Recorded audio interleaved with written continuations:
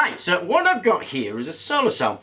It's one of those garden lights. You stick it in the garden, the solar cell charges the battery. You get lights at night. I've pulled it out, and what I'm going to do is take some aluminium and cover it over so the light can't get to it. Let's apply a little heat.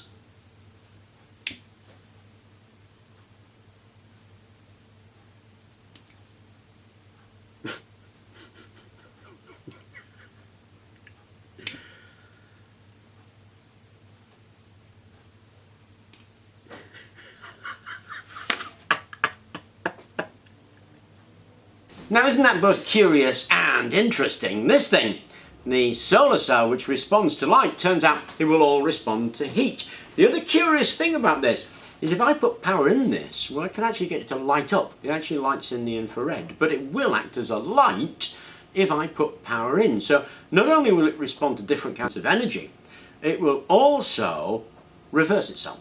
We can get electricity out by light in, and we can get light out by electricity in. And you've got to ask yourself, okay, why?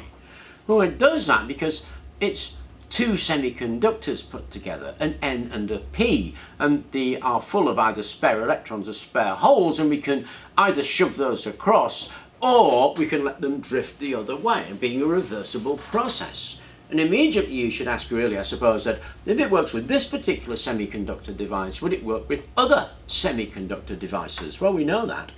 We've taken this, remember, which is a 2N2022 transistor, chopped the top off, stuck that in the sun, and got that to generate a not inconsiderable amount of energy for the size of the silicon that's in there. The reason it does that? It's a silicon junction. Silicon junctions do that kind of thing when you subject them to an input of energy, or you put electricity in, you'll get that transformation back out. And of course we've done that with these things as well. It's an LED, which is light emitting diode, but it's a diode, which means it's a semiconductor junction, and we know that we put a bit of electricity in there to light up, and we've shown that if we put the sun on there, we'll get electricity out. So they all do it, and they are all reversible. The difference that you get really depends on how they're arranged, how we arrange those junctions to favour one thing or another. So if we want to favour light output, then we do them a certain way. If we want to favour electricity output for light input, then you rearrange them a little bit to do that so that it favours that. But they all do all of it. It's just that one is favoured above another, and they are all reversible.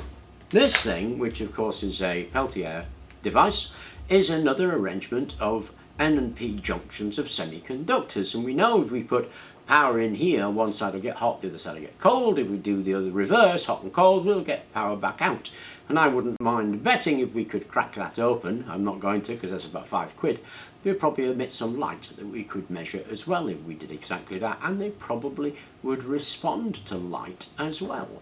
They won't respond as well as the specific arrangement, but they will all respond in exactly the same way and are reversible. Now, this is not something that's escaped people. About 10 years or so ago, Stanford produced a paper that was talking about a theoretical argument about whether solar cells could work from infrared, that is, heat. Could we make them work under heat conditions? And what they theorized was the night sky. Silicon is actually a great transmitter of heat, and under the night sky, of course, it gets cold, and it creates a thermal difference, because it's not actually heat that pushes this. Heat creates a thermal difference, and that's what matters. And it's the same thing with these things. It doesn't, not the direct application of heat, it's the creation of a temperature difference between the hot and the cold side that actually creates the movement. And so if you leave a solar cell overnight, then during the night it radiates out far much more heat than the ambient, and so you get a temperature difference. The top of a solar cell is very much more colder than the back of the solar cell, because the back of the solar cell is heated by the ambient, and the top is radiating like crazy, and so you get a heat difference. And they said, well, okay, if you're going to get a heat difference, what's that likely to be and how much energy will it generate? And it was estimated in that study to be about 50 watts per square metre, and of course that made the headlines and didn't do anything for 10 years until now, when somebody decided to actually test that rather than theorise about it. The first attempt was to stick one of these on the back, a thermoelectric generator, but power was pretty trivial. I think it was 0.04% of the output from these, and these are actually quite expensive. So in terms of cost for energy produced, they find that it wasn't actually that brilliant. However, it was looked at again, but this time using something called a thermoradiative diode, which is actually very similar to what's used in infrared cameras. The idea was, instead of sticking one of these, a Peltier device, on the back, you could stick on a thermoradiative diode, which is exactly what they did. And this time they got 2.6 milliwatts per square meter. It was Exciton who decided to test it, and they found out it worked, of course, and they found out that in that straightforward condition it would give out about 0.001% of the power of the solar cell, which of course is piffling, and nowhere near what the theoretical expectation was. But it is a landmark event that is being described in the papers at the moment as nighttime solar cells. It's got an awful long way to go, but there is something really interesting that has been suggested, and in fact is being trialled, by this radiant property of silicon. Now, it's got nothing to do with the PN junction formation, which is all the stuff about the generation through the difference in heat. It's nothing like the hydro panel. The hydro panel uses a solar cell to create electricity, it uses that to run a fan, and it uses that to draw in air. This just uses the property of the panel itself. Where it wins over the hydro panel by people like Zero Mass Water and Phoenix is that this system actually improves the output of the solar panel rather than using part of the energy. It's just got to do with the fact that silicon will radiate heat into space quite rapidly. When you have a temperature difference that is sufficient between two surfaces and an ambient humidity, then the water will automatically condense out of the air. It's called the dew point.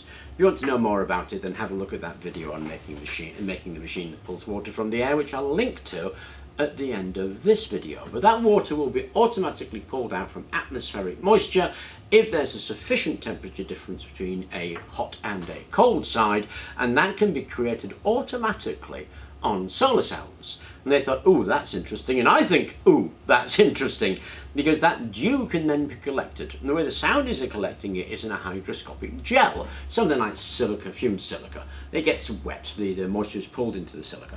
Then during the day, of course, the solar panel gets hot, and you can use that heat to dry that gel and make that gel give the water back out as if you were distilling it. And this is exactly what the Saudis are doing. That, to my mind, is a tremendous way to use that extra power of a solar cell to make that solar cell work in the night. So the idea of the solar cell working in the night to generate electricity, well, yes, it'll do it because of the inherent properties of N and P junctions, and that the difference in temperature will create an electrical output. But at the moment, that direct energy is pretty trivial and there's an awful lot more work to do, but being able to pull water out of the air from a solar farm by using exactly that same property is being done right now, and to my mind absolutely fascinating, because you can use that to generate water as well as generate power, and of course make those solar cells that much more useful in the night time as well as they are in the day. Anyway, it has hit the news and people are mentioning it an awful lot, so I thought I would do a video on it to explain a bit about how it actually works, what kind of performance it is, and what alternatives are available. So it actually works because all PN junctions do that. The power that's been pulled out at the moment is piffling, 0.001%, and a better alternative to my mind would be to use it as a dew point moisture machine. Anyway, I hope you enjoyed the video. Thank you very much for watching, and please do remember to like and subscribe.